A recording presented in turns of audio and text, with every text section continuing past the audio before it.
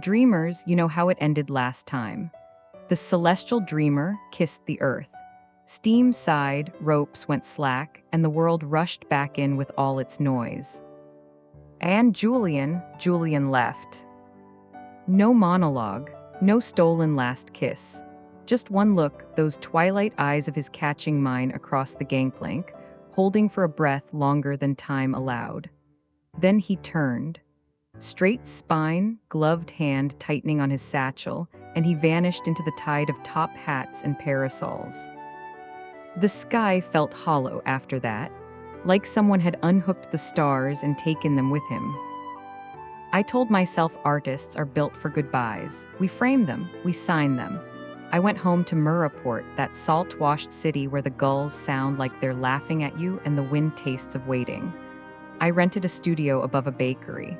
The smell of honey buns would rise through the floorboards every morning, sweet and stubborn like hope. I painted. I ate too many. I told myself I wasn't waiting. Liar, every canvas had a horizon. Every horizon had a shadow with his posture. Every time I mixed that particular shade of dusk blue, my hand would hesitate, remembering how the light looked in his eyes. Years spun out. My name, Elara, started slipping into gallery catalogs. The painter of clouds. The girl who caught longing. My show Constellations, we never named, sold out in 3 nights. People stood in front of starlit deck and cried and didn't know why. A critic wrote, "She paints like she's trying to remember someone's face." He wasn't wrong. I was, every brush stroke. I almost convinced myself that was the whole story, that some loves are just constellations, beautiful because you can't touch them. Almost. Then, on a rainy Tuesday that smelled like iron and missed chances, a letter. No postage, no sender, just Elara in ink I'd know blind in my sleep in the dark. Inside, a pressed cloud flower, pale as a secret, edges still soft as if it had been picked yesterday. And a note in 5 lines, each one a step up a staircase.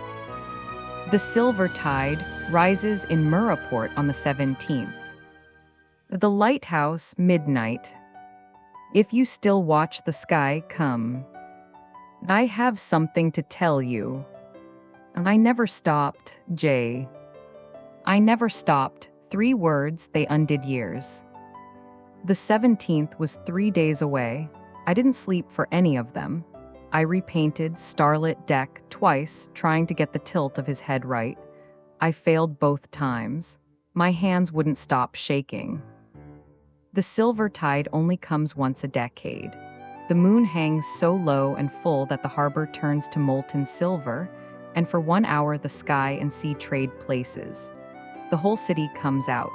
Music, lanterns, kids with silver ribbons in their hair, lovers making promises they think the tide will keep for them. I didn't see any of it. I took the lighthouse stairs 2 at a time, journal thudding against my ribs like a second heart. He was already there. Older, silver at his temples now, like frost caught in his hair, like he'd been walking through his own winters. A scar across his left knuckle I didn't remember, pale and thin. A new coat, heavier, made for higher altitudes. But his eyes, God, his eyes, still twilight, still wrecking me, still the exact color of the moment before the stars come out.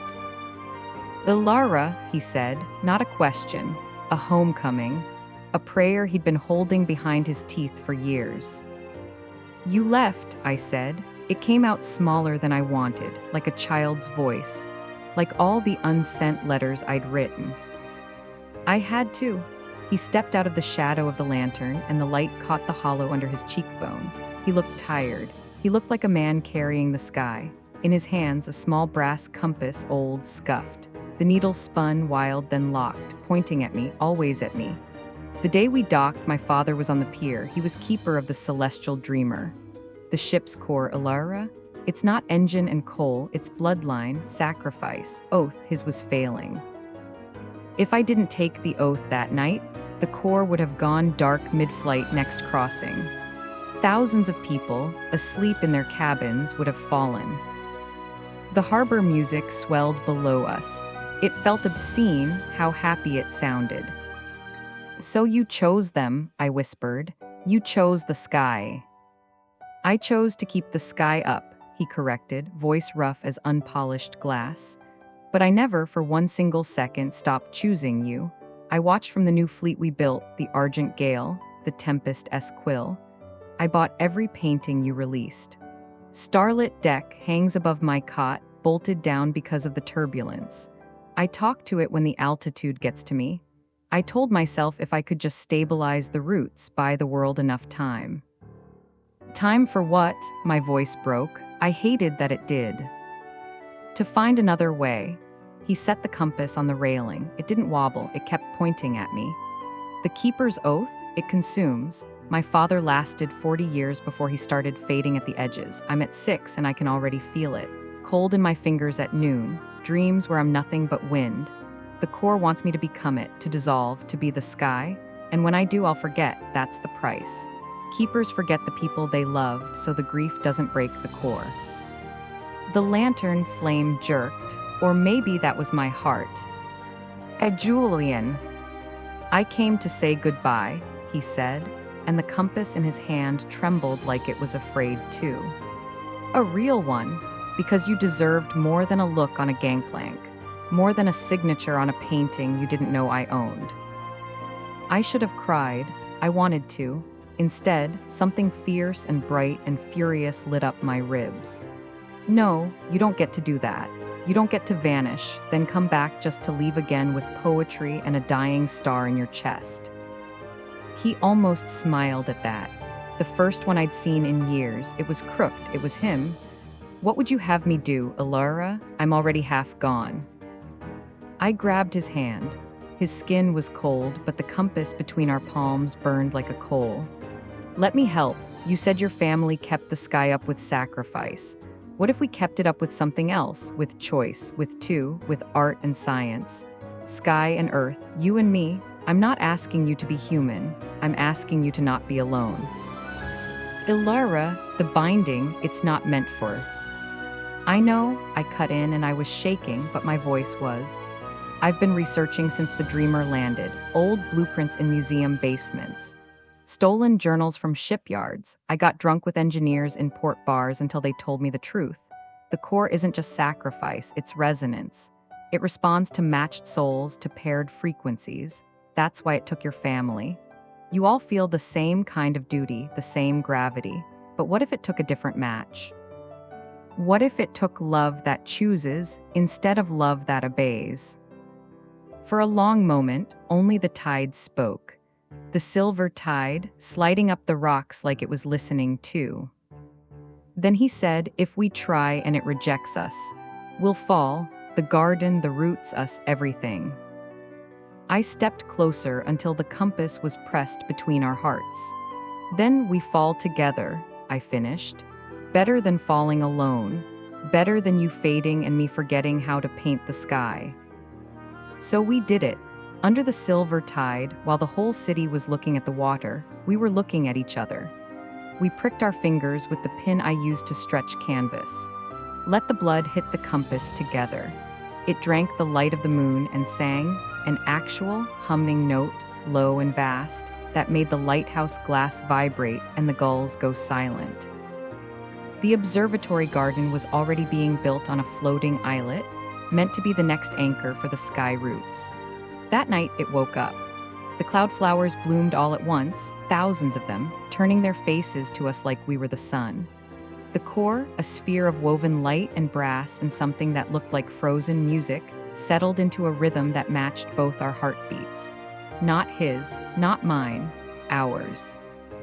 We didn't dissolve, we didn't vanish, we changed. I can feel the wind through Julian now, like he's a room I can walk into.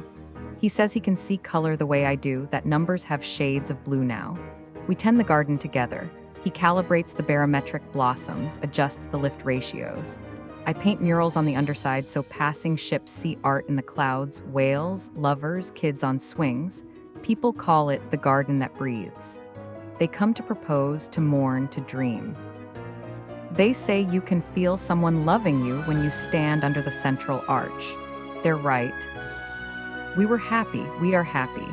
In the mornings, we drink tea on the east balcony and watch the sunrise set the cloud flowers on fire. At night, we map new constellations and argue about what to name them. He still calls me Elara. I still call him my twilight. It's a good life. A strange, impossible, beautiful life. But 3 nights ago, the core stuttered. Just for a second, a missed heartbeat. The whole garden dimmed and every cloud flower turned its head down like they were bowing or grieving. Julian and I ran to the chamber. The sphere was fine. Our bond, the double pulse of it was fine. But the compass, the one that brought us together, the one now set into the core's base, it was spinning, wild, frantic, like it was pointing at something else, someone else. And for half a second, I swear I saw the needle point through me. This morning, a new letter arrived. No cloud flower this time. No silver ribbon. Just a single black feather, long, iridescent, oily at the edges like a storm.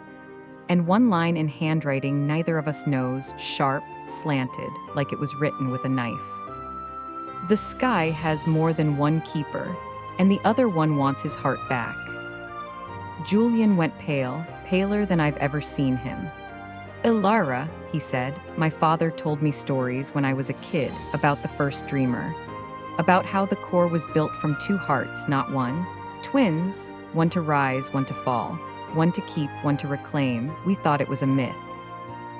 I touched the feather. It was cold, colder than Julian's hands used to be. And then the second twist came. When I lifted the feather, there was something under it, a tiny, folded sketch. Done in charcoal, my style, my hand, but I've never drawn it. It was a picture of the lighthouse. From that night, from an angle I wasn't standing at, from above, and in the corner of the sketch in my own handwriting, I'm sorry I didn't tell you sooner. E. So tell me, dreamers, what do you do when the sky you saved suddenly sends you a bill? What do you do when the love that held up the world might have been borrowed? And who drew that sketch if I did? If this chapter made your chest feel like a storm cloud, heavy, electric, alive, give this video a like. It tells the wind to carry the story further. And if you want to find out who that feather belongs to, what his heart means, and why there's a drawing in my hand that I don't remember making, subscribe. Because Julian and I just found out we're not the only ones bound to the sky. The other keeper is coming to Miraport, and I think he might be me.